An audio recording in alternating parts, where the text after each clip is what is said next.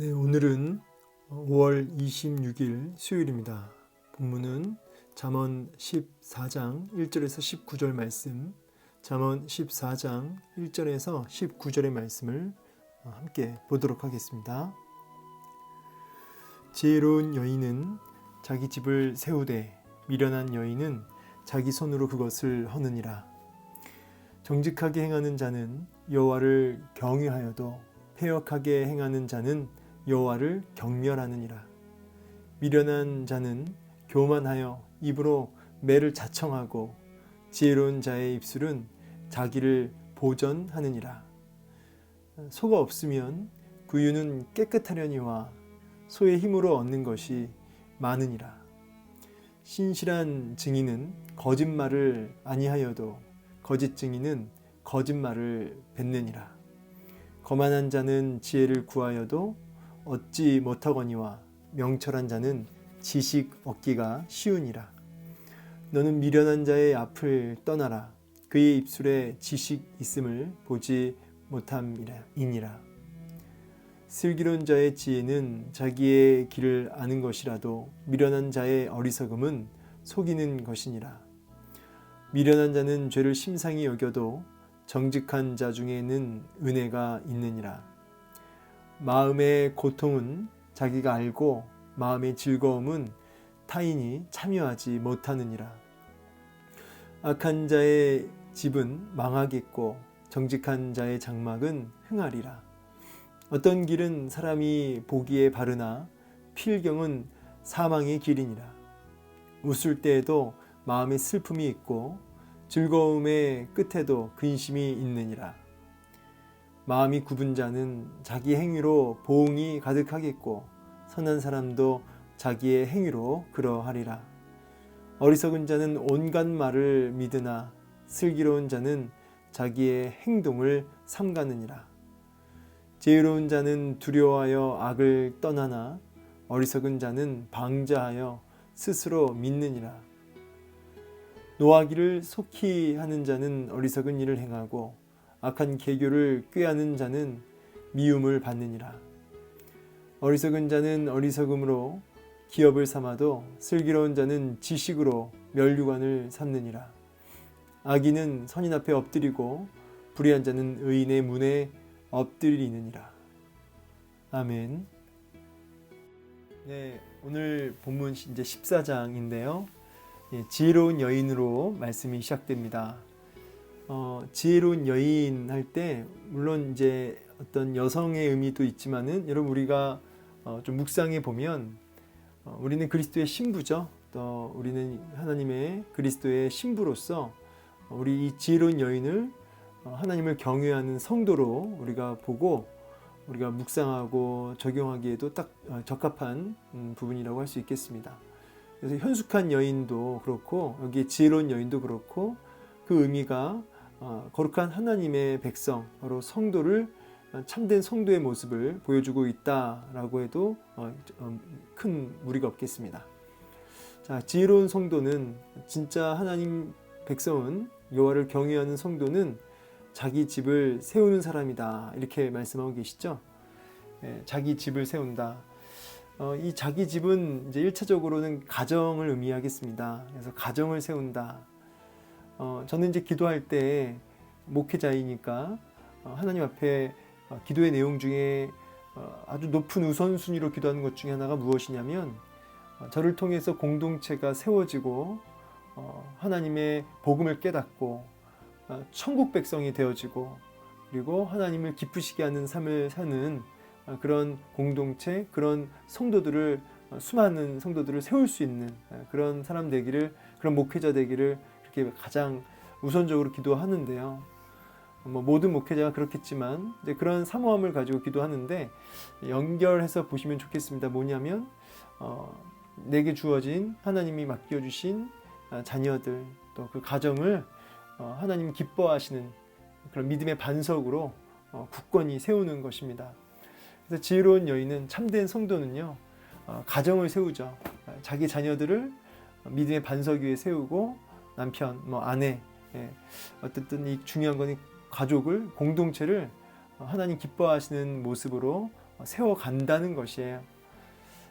그렇지만 미련한 여인은, 다시 말하자면 하나님을 경외하지 않는 자들은 어떻게 될까요?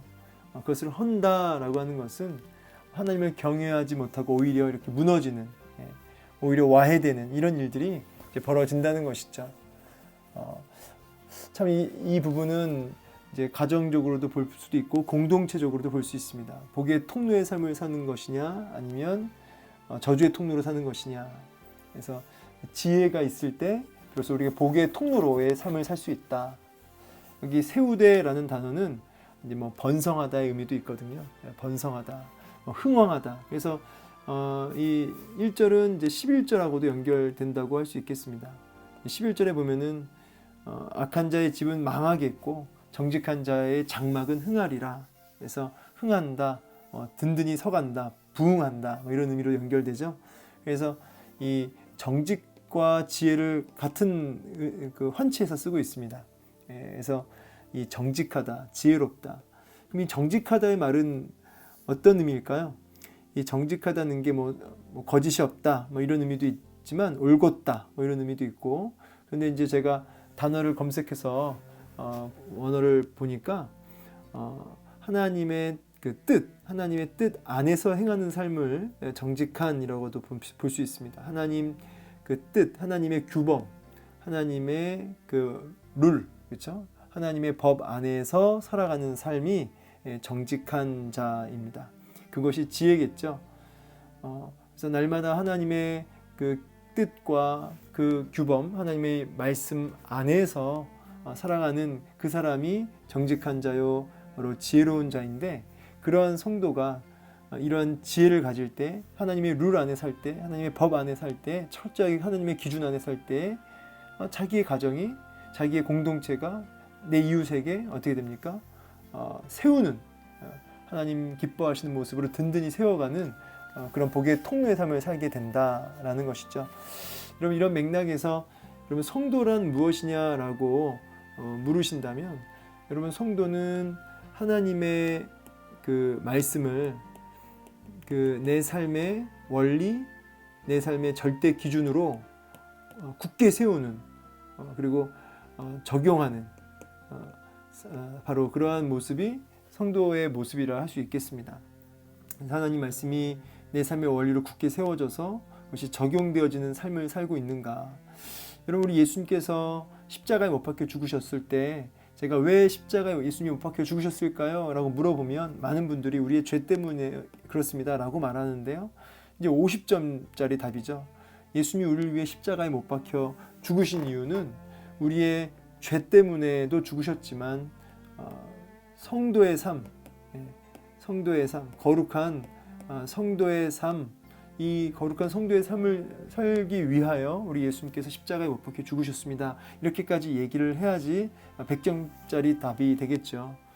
그래서 우리가 정말 다른 것이 아니라 지혜로운 여인으로서 하나님 참 거룩한 성도의 삶을 반드시 살아내야 되는데, 그것이 다른 것이 아니라 하나님의 말씀을 나의 원리로 굳게 세워서 그 말씀 안에서 살아가는 삶, 그것이 지혜고요.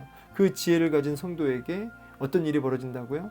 집을 세우는, 우리 가정이 세워지고 우리 자녀들이 세워지고 우리 공동체가 세워지는 그런 복의 통로의 삶을 살게 된다는 거죠. 그러니까 이 세우대를 여러분 어떤 이 물질적으로나 세속적으로 그냥 잘 된다 의미를 넘어서 믿음이 대물림 된다, 참 신앙이 이렇게 흘러간다, 영적으로 우리가 더 해석할 수 있어야겠죠. 그러나 이 미련한 여인은 하나님 그 룰 바깥으로 살아가는 사람, 하나님의 룰을, 법을 조롱하고 무시하고 업신 여기는 사람, 그런 자들은 어떻게 됩니까? 저주의 통로, 자녀들을 세우지 못하고 공동체를 세우지 못한 일이 벌어지는 거죠. 그러면서 이제 같은 의미로 정직하게 행하는 자는 여호와를 경외한다. 그래서 이 경외란 단어와 정직이란 단어, 그 지혜라는 단어가 세 개가 이렇게 묶여 있어요. 지혜, 정직, 경외. 이 경외라는 것은 두려워하는 건데, 하나님을 두려워하는 자, 하나님을 두려워하기 때문에, 사랑하기 때문에 그분의 명령, 그분의 뜻 안에서 살려고 하겠죠. 그렇죠? 그래서 연결되는 겁니다. 그래서 패역하게 행하는 자는 여호와를 경멸한다. 이 패역이란 단어는 삐뚤어지다, 떠나다. 이 떠나다, 하나님의 법을 떠나는 거죠. 그 마음이 삐뚤어진 거죠. 그는 여호와를 경멸하는 자입니다. 경멸하다는 것은 업신여기고 무시하고 조롱하고 이런 것이죠. 그래서 하나님을 두려워하는 자는 정직, 하나님의 뜻 안에 사는 사람이지만, 그런 지혜를 가진 사람이지만, 그래서 복의 통로의 삶을 살아가는 사람이지만, 하나님을 무시하고 업신여긴 자는 날마다 이게 삐뚤어지는, 하나님의 법을 날마다 떠나는 삶을 사는 것이죠. 그래서 우리가 말로 하나님 사랑합니다, 말로 하나님께 영광의 박수를 올리고 믿음 얘기해도요, 결국은 그의 삶 속에 하나님을 두려워하는, 하나님의 그 뜻 안에 살아가는 삶, 하나님의 법 안에 살아가는 삶이 나타나질 때 그가 진짜 하나님을 경외하는 자고 복의 통로인 것이죠. 이 말로만은 안 되는 것이죠. 그러면서 3절에 미련한 자는 교만해서 입으로 매를 자청한대요. 여러분, 매를 번다 그러죠. 매를 번다. 우리 자녀를 키우면 다 보면 매를 버는 자녀가 있죠, 그죠? 굳이 말을 저렇게 해서 매를 맞을 필요가 없는데 굳이 말을 그렇게 해요, 그죠? 그럼 매를 자청합니다. 그런데 참 맞을 짓을 했는데 참 말을 이쁘게 해서 이제 매를 안 맞는 자녀도 있잖아요. 눈치 있는 자녀라고 해야 될까요? 그래서 이 미련한 자는 교만하대요. 그래서 여러분, 저는 좀 오늘 실생활로 좀 적용해서 좀 눈치가 있어라. 이 눈치는 무슨 눈치냐면 하나님 눈치죠. 사람 눈치가 아니라 하나님 뜻을 좀 살피는 눈치. 하나님이 뭘 기뻐하실까를 살필 줄 아는 눈치. 여러분, 그가 지혜로운 자죠. 그러나 미련한 자는 이런 하나님을 향한 눈치가 없어요. 그러니까 어떻게 돼요? 이 미련한 자는 항상 교만합니다. 이 교만한 자는 이렇게 우뚝 솟다, 그렇죠? 우뚝 솟다. 하나님 말씀에 불순종한다, 이런 의미가 다 들어가 있죠. 그래서 자기 생각에 붙들려 있는 상태예요. 이 교만이라는 게 눈치가 없어요. 그냥 오직 자기 고집, 자기 생각, 자기 욕심, 여기에만 꽉 붙들려서 눈치 없이 말을 해요. 그냥 자기 그 욕심과 자기 생각과 자기 감정에 꽉 붙잡혀 가지고요, 눈치 없이 말을 하고 행동을 하니까 매를 법니다. 아주 무슨 말을 해도 그렇게 말 안 해도 되는데 말이지, 꼭 그렇게 말을 해가지고 자기 생각에 붙들려서 그렇게 불필요한 말을 막 내뱉고요. 그래서 매를 버는 참 안타까운 일이 벌어지고요. 지혜로운 자는 이 날마다 하나님의 눈치를 살피면서 해야 할 말과 하지 말아야 할 말을 가려서 하고요. 그러니까 어떻게 됩니까? 보존하는 거죠. 이게 안전한 겁니다. 참 이런 그 지혜로운 자의 입술이 되어야 하겠습니다. 오늘 하루 그럼 우리 입술을 좀 잘 지키기를 원하는데 다른 것이 아니라 자기 감정과 생각에 붙들리는 교만을 먼저 경계하셔야 됩니다. 그래서 무슨 말이 막 나오려고 하면 여러분의 감정과 생각을 너무 이렇게 붙들려 있지 마시고 하나님 눈치를 그때 싹 보시면서 우리의 입술을 이렇게 잘 쓸 수 있어야겠죠. 그러면서 이제 소가 없으면 구유는 깨끗하려니와 소의 힘으로 얻는 것이 많다. 당연한 말이죠. 소가 없으면 깨끗하겠죠, 구유가. 그런데 그게 뭡니까? 소를 키우는 이유는 뭐예요? 그래서 많은 유익이 있으니까 키우잖아요. 그러니까 작은 불편 때문에 소를 통해서 얻는 유익을 포기하는 것만큼 어리석은 일이 없죠. 좀 불편해도 그 불편을 감내하고 수고하면 많은 유익이 주어지잖아요. 그 말씀이죠. 그래서 우리가 이렇게 하나님 눈치 보고 살아가는 거, 교만하지 않는 거, 이거는 불편이에요. 작은 불편이에요. 그러나 그것을 통해 얻는 것이 너무 많다는 거예요. 유익이 크다는 거예요. 그러니까 이런 작은 불편은 기쁨으로 감당해라. 기쁨으로 하나님 눈치 보는 삶, 하나님 법 안에 살아가는 삶 힘들죠. 그런데 그 작은 힘듦이 엄청난 유익을 가져다 줄 거라는 거예요. 그러면서 신실한 증인은 거짓말을 하여도 거짓 증인은 거짓말을 뱉는다. 그렇죠? 진실하다. 거짓되다 이게 지금 대조되고 있죠. 그래서 결국은 이 정직한 자, 지혜로운 자, 여호와를 두려워하는 경외하는 자는 또 신실한 증인으로 연결돼서 항상 무슨 말을 할 때 진실된 말을 내뱉는다는 거죠. 그래서 아까 그 입술 얘기했는데 이렇게 입술을 잘 이렇게 진실된 입술을 내뱉지만 그런 하나님을 경멸히 여기고 무시하고 하나님 법에 떠나는 패역한 자들의 말은 항상 거짓말을 맺는 거죠. 왜냐하면 여러분 제가 얘기하지만 이 마음에 가득한 것이 이 입으로 나오는 거잖아요. 그 마음에 하나님을 두려워하는 마음이 가득한데 그 입에서 마땅히 하나님 기뻐하시는 말을 내뱉겠죠. 하나님 두려워하니까. 그러나 이 마음에 죄악이 가득하면 죄악이 막 쏟아져 나오는 거예요. 그 입에서. 그래서 마음을 무엇으로 채우느냐라고 제가 그에 따라 입술이 달라진다 말씀 나누었습니다. 거만한 자는 지혜를 구해도 얻지 못하거니와 명철한 자는 지식을 얻기 쉽다. 이 명철한 자는 분별력을 뜻합니다. 하나님 뜻을 잘 살필 줄 알고 그야말로 하나님을 향한 눈치가 있는 자는 깨닫는 은혜가 있다는 거예요. 깨닫고 하나님을 향한 지식이 막 쌓여져 가는 거죠. 지식을 얻기 쉽다. 다른 말로는 하나님을 향한 사랑함이 이렇게 금방금방 커지는 거죠. 왜냐하면 이 하나님을 향한 지식은 하나님을 향한 사랑으로 연결되기 때문에. 그러나 거만한 자는 하나님을 멸시하고 조롱하고 하나님의 뜻을 조롱하는 그들은 깨닫지 못하는 거예요. 영적 소경이죠. 영적 소경. 그래서 너는 떠나라. 이 미련과의 관계를 끊어라. 교제하지 말아라. 이게 이제 사람으로도 나오지만은 이 미련한 것 자체에 이 미련한 삶을 경멸히 여기라는 거예요. 혐오하라는 거예요. 이 미련한 자의 삶을 하나님 경외하지 않는 삶을 좀 더럽게 여기고 혐오하게 여기고 거기서 떠나야 된다. 그러면서 8절에 슬기로운 자의 지혜는 자기의 길을 아는 것이라도 미련한 자의 어리석음은 속이는 것이니라.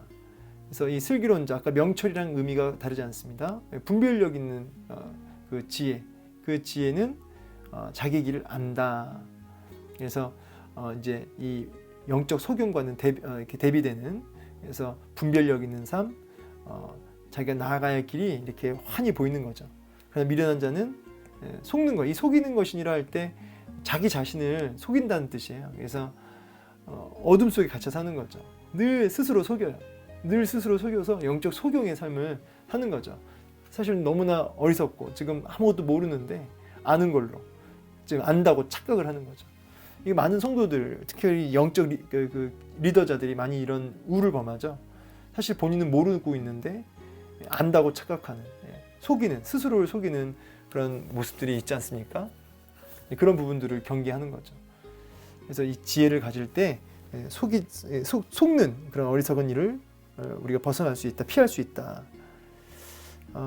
그러면서 이제 이 9절에 결국은 이 미련한 자, 하나님 말씀을 무시하는 자, 이런 모든 이 자들은 특징이 뭐냐면 이 죄를 우습게 여긴다는 거예요. 심상히 여겨도 뭐 즐긴다는 뜻도 있고 조롱한다는 뜻도 있지만 더 정확히 얘기하자면 그냥 우습게 여긴다는 거예요. 죄를 우습게 여겨요. 쉽게 생각해요.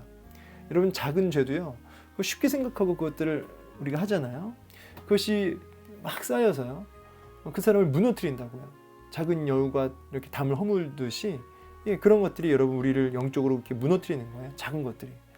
그러나 정직한 자, 하나님을 두려워하고 하나님 뜻 안에 살아가는 그런 지혜를 가진 자는 은혜, 하나님의 공급하시는 힘과 위로와 때때마다 주시는 하나님의 그 새 힘, 이런 은혜들이 있다는 거예요. 은혜가 넘치는 삶, 그가 정직한 자가 누리는 삶이라는 거죠. 마음의 고통은 자기가 알고 마음의 즐거움은 타인이 참여하지 못한다.